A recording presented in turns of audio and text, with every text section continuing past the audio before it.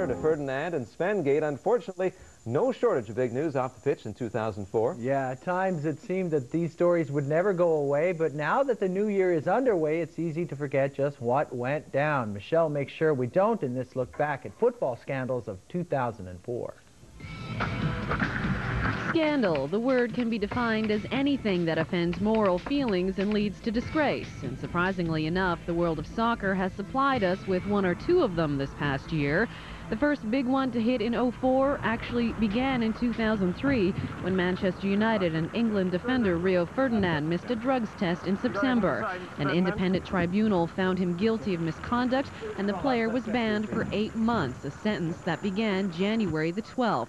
A fine of £50,000 went along with the ban and ruled the defender out of all football until late September, leaving him unable to participate in Euro 2004 in Portugal and the opening round of qualifiers for the 2006 World Cup. In the wake of the Ferdinand turmoil, the FA is setting up a think tank to examine its doping procedures. For his part, Rio regretted not taking the test, but accepted full responsibility for what happened and made a successful return back with United September 20th at home versus Liverpool. Happy returns for Rio Ferdinand. Manchester United win. From bans to briefs, FIFA President Sepp Blatter made headlines in mid-January for suggesting that female soccer players should wear tighter shorts to promote what he called a more female aesthetic. Those comments drew condemnation from women's sports figures everywhere as Blatter made a big blunder with comments like, "Female players are pretty, if you excuse me for saying so, and they already have different rules to men. Why not do it in fashion?" If you'll excuse the president, he was trying to do some good for the women's game by defining the need to attract more sponsors like cosmetic or fashion companies instead of relying on the same sponsors that support the men.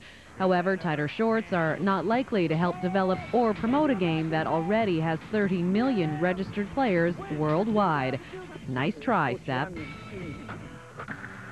English tabloids had a field day in early March when a Leicester City jaunt over to Spain for training ended up with 9 of their players arrested in relation to allegations of sexual assault.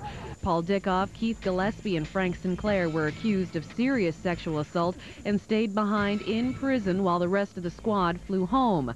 Eventually, the 3 were released on bail, set at £200,000, while an internal investigation at the club was launched. The trip to La Manja was intended to revitalize the club as they made their final push in the Premiership to avoid relegation. On December 16th, the case was finally closed for good, and all the players were completely vindicated. But alas, Leicester lost their bid to stay in the top flight and were relegated. In 2004, Real Madrid superstar David Beckham endured his share of scandal. One even has to wonder where there was even time in his busy schedule, but between launching his own logo for Adidas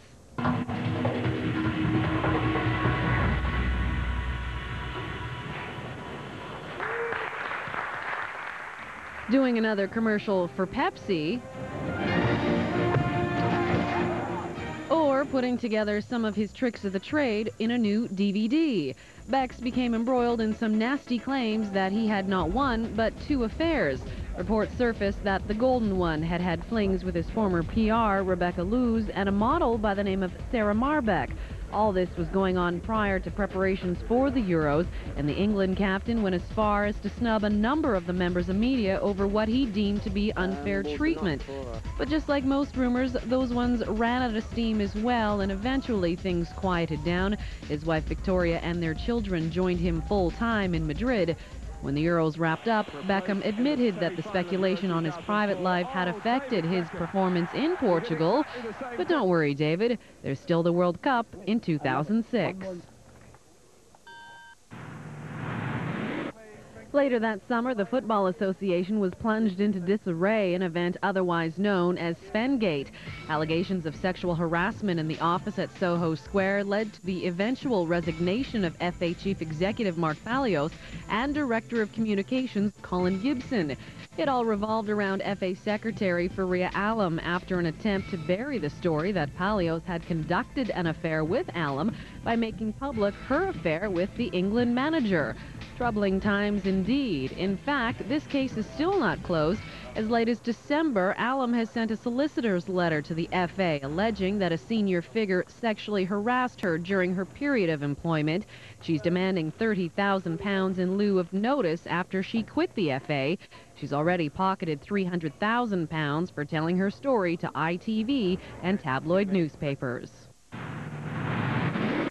The career of West Brom player Hughes effectively came to an end in early August after he was sentenced to 6 years in prison after being found guilty of killing a man in a hit-and-run accident.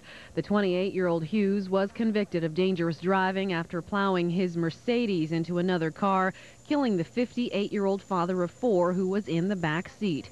Hughes fled the scene on foot, but eventually turned himself in 36 hours later.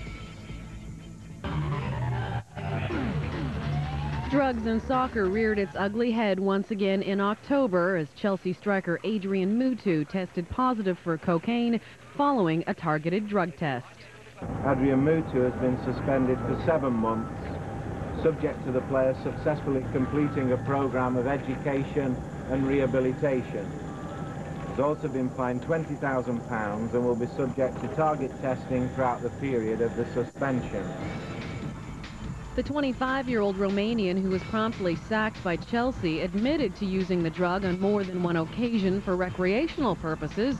At the time of his admission, Mutu claimed he had used the drug to enhance his sexual performance. He begins his rehab in January under the mentorship of Tony Adams, and while his suspension ends May 18th, he won't be able to resume playing until he has undergone rehab at a clinic.